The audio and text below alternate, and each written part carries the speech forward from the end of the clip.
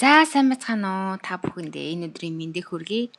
За өнөөдөр та бүхэнтэйгээ өдөр шөнө тэнцэх онцгой өдрийн тухай ярилцгаар шийдлээ. Энэ нь өнөөдөр буюу 6 сарын 20-ны өдөр.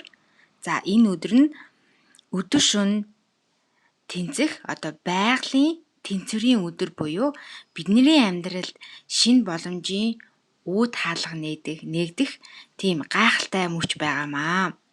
За урдныхаа аль нэг подкастн дээрээ цомовтой дурдсан байгаа.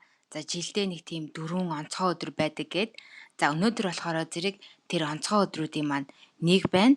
За энэ өдөр болохоор зэрэг илүү хүсэл мөрөөдлөө биелүүлж манифест хийхэд маш тохиромжтой өдөр байгаад байгаа байхгүй юу?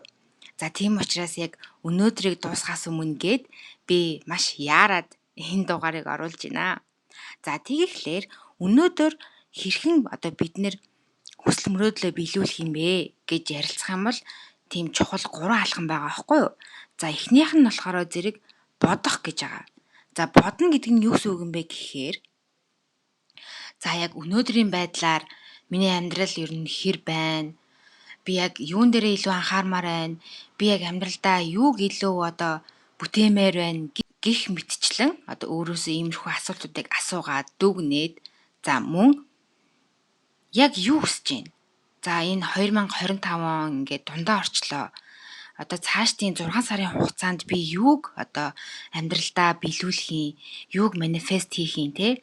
За мөн түнчлэн 2026 онд ер нь миний амьдрал ямархуу байх юм гэх мэтчлэн иймэрхүү урт болон богино хугацааныхаа төлөвлөгөө хүсэл мөрөөдлийг тодорхойлно гэсэн үг. Ер нь ямар нэгэн зүйл тодорхой байх нь маш чухал. За энэ бол эхний алхам байлаа. Хоёр дахь алхам болохоор зэрэг хүсэл мөрөөдлөө цаасан дээр бичих. За энэ маш чухал шүү манайхаа. Зүгээр бодоод өнгөрөх биш те.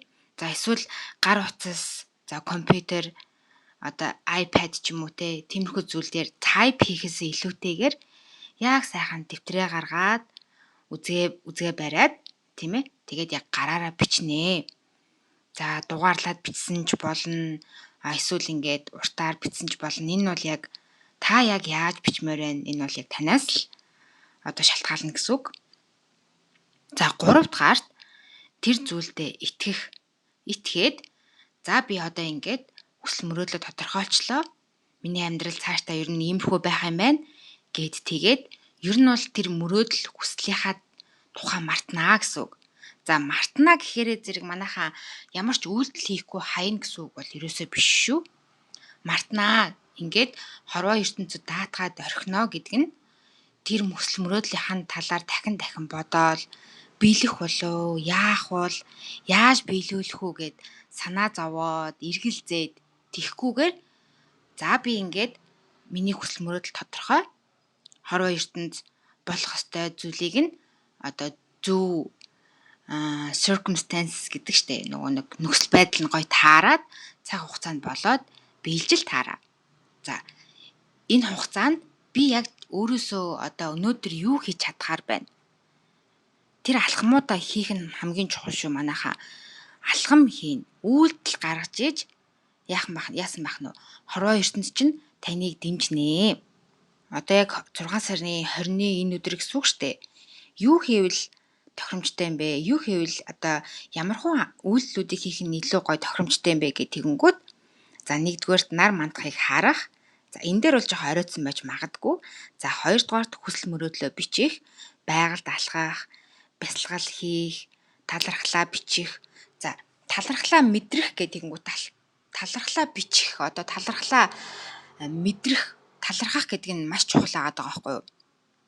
Яагаад ингэж талархах нь айгүй чухал юм бэ гэх тэгэнгүүт байна штэ тий. Бид нар юу хүсэж байгаагаа биелүүлдэг биш. Та хэн бэ гэдгээрээ хүсэл мөрөөдлөө өөртөө биелүүлдэг. За энийг ингээд сайхан тайлбарлах юм бол байна штэ. Ижлээ татдаг гэдэг байгаа штэ. Тэгээд бас мөн та юу тарина түүнийгээ авна гэдэг штэ. За тэгэнгүүт та ингээ яг хүсэж байгаа байхгүй байгаа нөхцөл байдлаас надаа ийм байхгүй, тэдэнд хүрэг байхгүй, ийм машин, ийм байр одоо юу ч хийж болно те. Тэр мөрөөдлөө ингээ байхгүй чигээс ингээд үсээд байхаар та одоо нэг тийм байхгүй байгаа тийм vibration буюу вибрацид байгаад байгаа байхгүй юу? За тэгээд талархаад өндөр давтамжинд өөрийгөө байршуулад тэгээд нэг сэтгэл зүрх чинь талархаж байгаа үед угаасаа хүн гой мэдрэмжтэй байдаг байхгүй юу? Ямарч хүний одоо тэр сэтгэл зүйн байдал вибрац нь ингээд өндөр давтамжинд хүрдэг. За тийм учраас байгаа бүхэндээ талархах гэд байнга хэлдээдэг ч хүмүүс байгаа бүхэндээ талархаа гэд. Яагаад гэх юм бол та яг талархаж байгаа үед чинь таны тэр вибрац чинь илүү өндөр давтамжинд байдаг байхгүй юу? За эндээс би яг хувийнхаа талархдаг зөвлөмжөө хэлэх юм бол вэ штэ тий. Би яг саяхнаас эхлээд өглөөс ирээд хамгийн ихэнд юу ч хийхээс өмнө, юу ч бодхоос өмнө өөрөөсөө асуудаг асуулт гэх юм бол би өнөөдөр юунд талархаж байна? Талархаж байгаа гурван зүйлээ өөрөөсөө асуудаг. За тэгэнгүүт бүр зөндөө их зүйл байгаа байхгүй юу? Одоо жишээ нь би сайхан унтаад амарчлаа. Сайхан амраасан орондоо талархъя. Тэ өглөө мандж байгаа наранд талархъя. Би эрүүл байна. Эрүүл мэндэд талархъя гэх мэтчлэн талархсан байдлаар өдрөө эхлүүлэнгүүт цаанаасаа л нэг гоё мэдрэмжтэй. Тийм учраас манайхаа өдөр болгон яг нүрээ угаадаг шигэ, шүдээ угаадаг шигэ талархаж сураарай. За тэгээд тэр вибрац буюу өөрийнхөө давтамжийг илүү эерэг, өндөр тийм төвшөнд хүргэнэ гэсэн үг. Тэгэнгүүт таны вибрац өнөөдөртэй хайр, ад жаргал, талархал гэх мэтчлэн тийм өндөр vibration байхад та нөгөө хүссэн зүйлээ амьдралдаа татаж авчирхад илүү хурдан за тэгээд илүү амархан байх болно. Дүгнэлт болгоод зөвлөмж болгоод хэлэхэд бид нэр төвчээртэй байцгаая. Тэр нь юу гэсэн үг юм бэ гингүүд за өнөөдөр ингээд талархлаа биччихлээ. Мөрөөдлөө биччихлээ. Хизээ биелэх юм болоо? Яах юм болоо? Ийх юм болоо гэд эргэлзээд, шаналаад зовоод байлгүйгээр нөгөө нэг divine timing гэж байдаг штэ. Яг зарим зүйл болох ёстой цагтаа л болдог, тийм ээ? За тийм учраас зэрэг хорвоо ертөнцид найдчлаа. Би өөрөөсөө хийх юмаа, чадах юмаа хий, тэгэл болоо.